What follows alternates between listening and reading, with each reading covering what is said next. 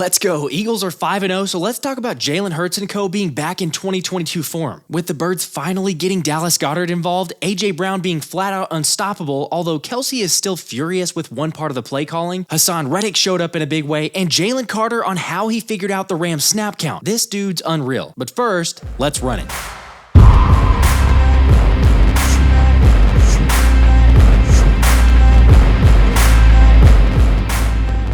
What's up, guys? We are 5-0, and oh, how sweet that is. Especially when you add on top of it the colossal beatdown that the Dallas Cowboys got from the San Francisco 49ers. But more on that in a second. Let's start with the Birds, who hosted the Los Angeles Rams in Week 5. Okay, not exactly. However, based on the photos and videos pregame, I think it's safe to say it was more of a home game for Philly than it was for LA. To which Eagles everywhere got a glimpse of the new nickel corner Bradley Roby warming up pregame, with the official inactives being listed as Tanner McKee, Sidney Brown, Rashad Penny, Albert O, Marlon Tuipulotu, and Fletcher Cox, meaning due to that light D-line depth, rookie Jalen Carter was set for a heavier workload, leaving several of us, like Brendan Deeg before the game, feeling a Jalen Carter masterclass coming. Am I wrong?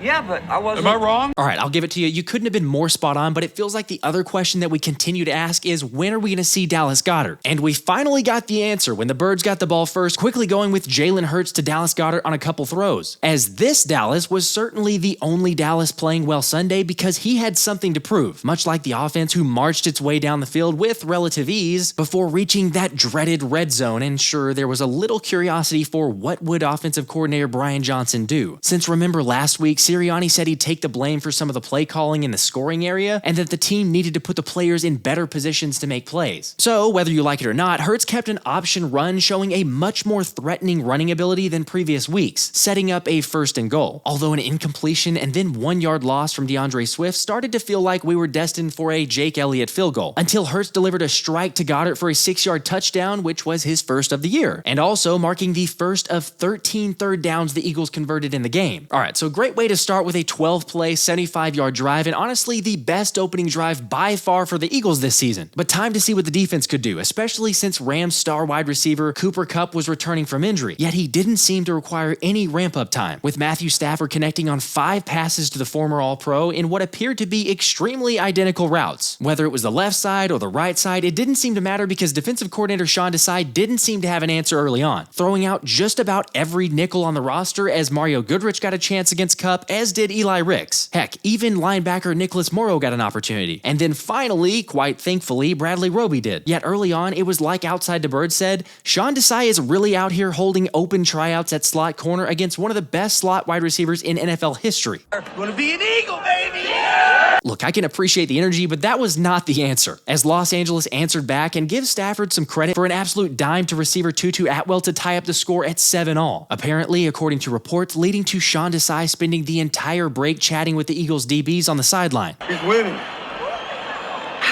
I see 3 of them out there. I mean, he was definitely winning, but speaking of the 3, there were 3 guys that got chances at slot, and I think it's safe to say we have our answer, with Bradley Roby only allowing 2 of 6 passes for -4 yards and a 42.4 passer rating, which is why I'm ready to make it official. What say you? Getting back to the game though, Jalen and the offense returned for Hurts to showcase some really nifty running and strength to pick up the first down and keep the drive alive. Unfortunately, the next 3 plays were incomplete passes, including this high 3rd down pass to Quez Watkins on what would have surely been a big gain, forcing the Eagles to punt. Yet the Rams weren't able to capitalize after picking up their first down on the drive, when surprisingly rookie standout Puka Nacua let this pass go off his hands, giving the ball back to the Birds. And it looked like nothing going for Philly until Hurts was able to buy some time after getting a lot from his O-line and finding Kenny G, who somehow was able to absorb the contact and stay on his feet to pick up the first down and keep the drive alive. Alright, say what you will about Kenny, of course, yes, Swift is the no doubt best option at running back, and although Gainwell wasn't effective on the ground with just 7 carries for 17 yards, he's unequivocally your best pass pro guy, and put that on display in multiple instances, giving Hurts enough time to make plays with his legs and through the air, like converting for another first down on this pass play to A.J. Brown, and then a couple plays later, Brian Johnson dialed up a QB run on 3rd and 9 as Hurts was able to play a game of tag with All-Pro Aaron Donald while using Sua Opeta as a barrier of sorts to end up picking up the first down. Now be honest, if that play hadn't resulted in a first down, wouldn't we have all been going after BJ for a let's run Jalen on a 3rd and 9 for a play call? I don't know what we're yelling about! I don't know, but in this case, the end justifies the means, where the Eagles converted another third down on the drive thanks to the unstoppable brotherly shove, which apparently, according to Adam Schefter, the controversial play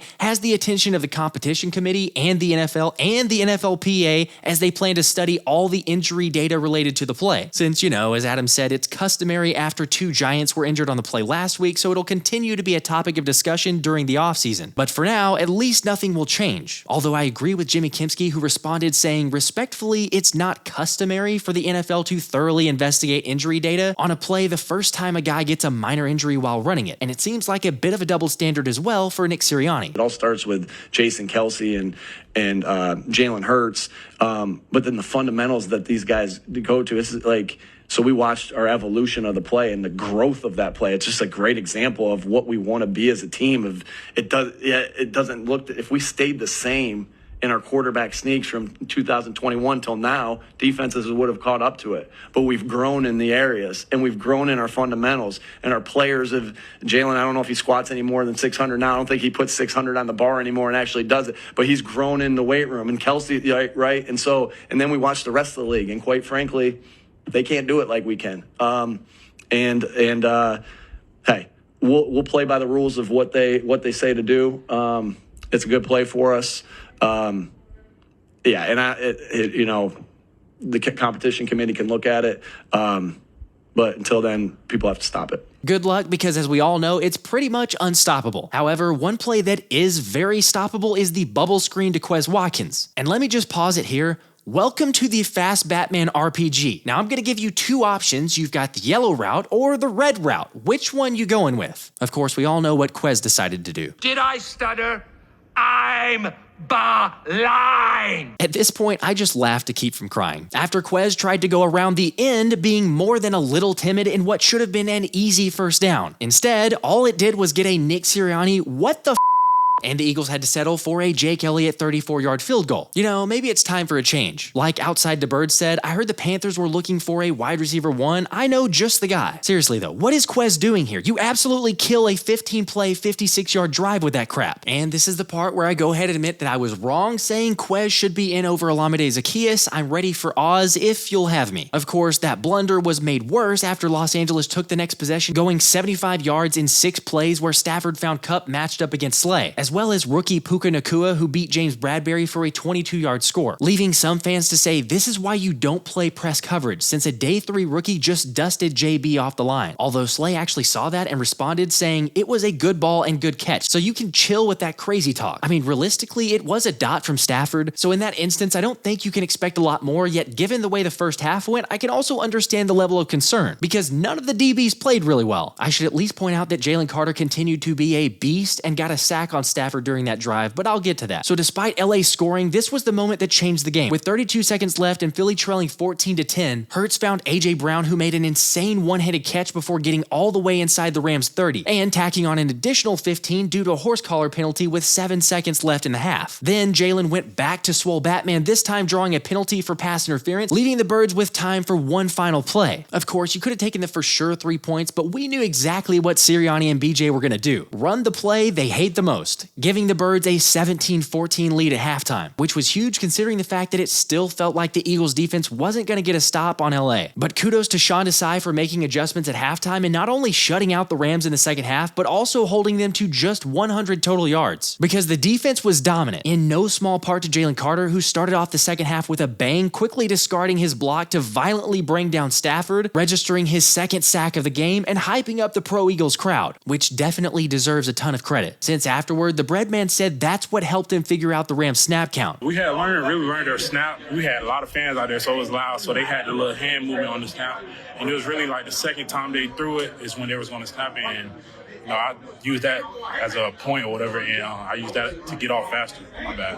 So the fans kind of helped you with that? Oh yeah, the fans help for sure. The Eagles fans help every week. It's always packed, away game, home games, whatever. Come on, Mr. Unblockable is unreal. That's what Slay also refers to him, in addition to Baby Rhino, by the way. But it gets even better with JC saying that he took advantage of the 5-hour flight to study Matthew Stafford film, emphasizing Stafford's ability to get the ball out quick and knowing he'd need to be even quicker if he was going to make an impact. Look at BG over there looking like a proud dad. The best part is with that second sack, Carter became the first Eagles rookie interior D lineman to record 2 sacks in a game since Corey Simon. And in the last decade, 26 DTs have been selected with first-round draft picks. Only 4 of them have recorded more than 3.5 sacks as a rookie. Aaron Donald with 9, Ed Oliver and Deron Payne at 5, and Sheldon Rankins with 4. Jalen Carter already has 3.5 sacks through 5 games. Seriously, how many do y'all think the Breadman's going to end up with this season? He's for sure going to win Defensive Rookie of the Year, but honestly, All-Pro's not unrealistic at this point. Alright, but that sack eventually led to a punt from the Rams, where Hurts took advantage of Rams defensive coordinator Raheem Morris, leaving a pass rusher on DG for 49 yards, moving well inside LA territory. Yet unfortunately, Hurts, who played fairly well, left a pass on the very next play significantly short, as Sirianni certainly gave QB1 an earful on the sidelines. And with the interception by corner Ahkello Witherspoon, Stafford got the ball back, who quickly found Puka Nacua for a rare big gain in the second half, before the defense and big Jordan Davis said enough is enough and stopped the designated home team when Nacua fumbled it on this wide receiver screen, where after that Hurts and co began their most methodical drive of the game with 17 plays piling up 83 yards, as Jalen miraculously kept the drive alive on 3rd and 7. Seriously, how many quarterbacks are making that play right there? And then found AJ Brown for a gain of 21 with the Eagles getting into the red zone, but not doing much once they got there and being forced to kick a 26-yard field goal, making it 20-14. So fast forward to the Rams not being able to do much on their ensuing possession and returning the ball back to Philly when number 1 found number 11 again, this time for a 36-yard shot, followed by DeAndre Swift being able to get the running game going for gains of 17 and 9 yards. Yet just like the previous drive, the series stalled at the 8-yard line in the red zone, leaving Jason Kelce absolutely fuming about the play calling and communication, to which the All-Pro offered a little more insight into the frustration after the game. I just got a little bit too heated.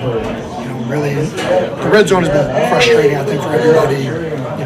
We've left a lot of points on the board, and I think I let myself get too frustrated, too animated, and it wasn't productive. Okay, perhaps it's not productive, but Kelce's not wrong about the red zone. Like Elliott Shore-Parks referenced, the Eagles have attempted more field goals than any other team in the league. That is disappointing on so many levels. Look, I hear ESP on that, but come on, we're 5-0 for the 2nd straight season and also became the first team to start 5-0 coming off a Super Bowl loss in 32 years. So the way that I'm choosing to look at this is that we're 5-0 with still plenty of room for improvement. I mean, can't we just enjoy this? Either way, I thoroughly enjoyed seeing Haason Reddick come up with a huge sack on 3rd down in what was really the last legit chance for LA to do anything, and then following it up with an encore to ice the game as the Rams' failed chip attempt didn't work, with 7 getting to the quarterback and firing up Sirianni, who wasn't going to try and hide any emotion. I'm not going to hide my emotions. Like, it's fun.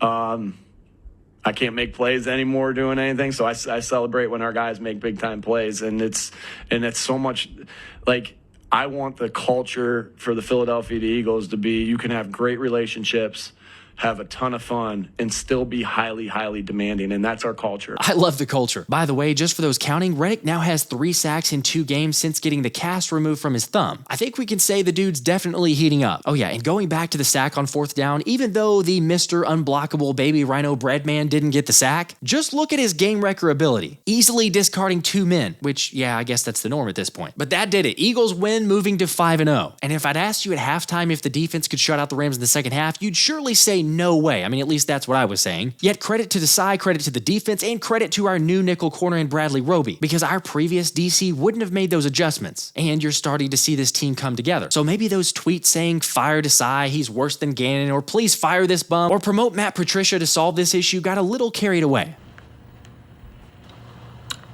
That was an overreaction. I get it. We all lose our cool every once in a while, but now that the dust settled and the blood pressures returned back to somewhat of a normal level, how do you guys feel about the team, and what are your main takeaways after this game? For me, I'm feeling great, not saying that there's nothing to work on though, because sure, Jalen missed a wide open Quez Watkins in the red zone, and yeah, that area continues to need to get cleaned up. However, as you know, we are just one of only 2 undefeated teams left, and just 5 weeks in, we've got a 2-game lead on the same Dallas Cowboys team that DeMarcus Lawrence was calling the best defense in the world. Well. How the turntables... Seriously, how bad would it feel having just watched your team get obliterated on national television? Of course, that brings up another question. Should we be concerned about San Francisco? Honestly, for me, I think it's way too early. Now, I'm not saying the Winers aren't good. They definitely are. But like Jalen Hurts and the rest of the captains would tell you, we just got to keep going 1-0. Plus, let's put the defense's performance into context. That was the number 4 offense in the NFL entering the game, and you just shut them out in the second half, only allowing 14 points total in the game. And Dallas Goedert, like we mentioned, finally was utilized like we've been waiting to see, going over 100 yards and catching a touchdown, which is why, like we've said all along, this team is scary when you put the pieces together. I think we'd also be remiss if we didn't mention O-line coach Jeff Stoutland having Aaron Donald's number, who still has 0 sacks in 5 games against the Birds. Also, credit to Sua Opeta, who filled in very nicely, and with Cam Jurgens officially going to the IR, that means Opeta will be the starter for at least 3 more weeks. But honestly, not really a concern there after how he played. Add on top of it the fact that Jalen played one of his best games this season, finishing with 303 yards passing with 1 touchdown and 72 yards rushing with 1 touchdown, which is why I think it's safe to say Jalen Hurts and co are back in that 2022 mode. Now sure, nobody's perfect, and Devontae Smith can't be too happy about the 1 catch for 6 yards Sunday, but he didn't make a scene because of the professional that he is, and I'm sure he's ready to show up against the Jets coming up before a home game versus the Dolphins on Sunday Night Football. Speaking of which, I'm going to be at the next home game along with my wife and Thomas Mott and his fiance, and probably going to try to do some really cool giveaway that week, so keep an eye out. But let's go. Birds are 5-0, and Dallas still stinks. This has been the Philly Special.